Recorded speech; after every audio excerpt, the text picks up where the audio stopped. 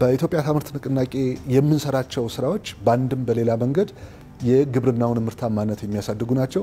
በግብርና ኢኒሼቲቭ ተቀርጸው እየተሰሩ ያሉ ስራዎች ተመልሶ የማኑፋክቸሪንግ ኢንዱስትሪውንም የግብዓት ችግር የሚፈታና ተመልሶ የስራ እድል እና የገበያ ምንጭ ሆኖ የሚያገለግል ነው ማለት ነው።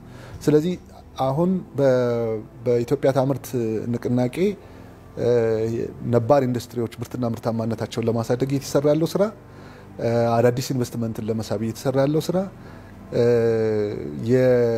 ከነባር ኢንዱስትሪዎች ደግሞ ዋና ጌም ቼንጀር የምንላቸው ወይም ደግሞ ከፍተኛ ተጽዕኖ አላቸው የምንላቸውን ኢንዱስትሪዎች ለይተን ለመፍታት እየሰራንና ለመደገፍ እየሰራን ያለነው ስራ በሌላኛው ገጽታው የግብርናውንም ሴክተር አብሮ እንዲያድግ የሚያደርግ ነው።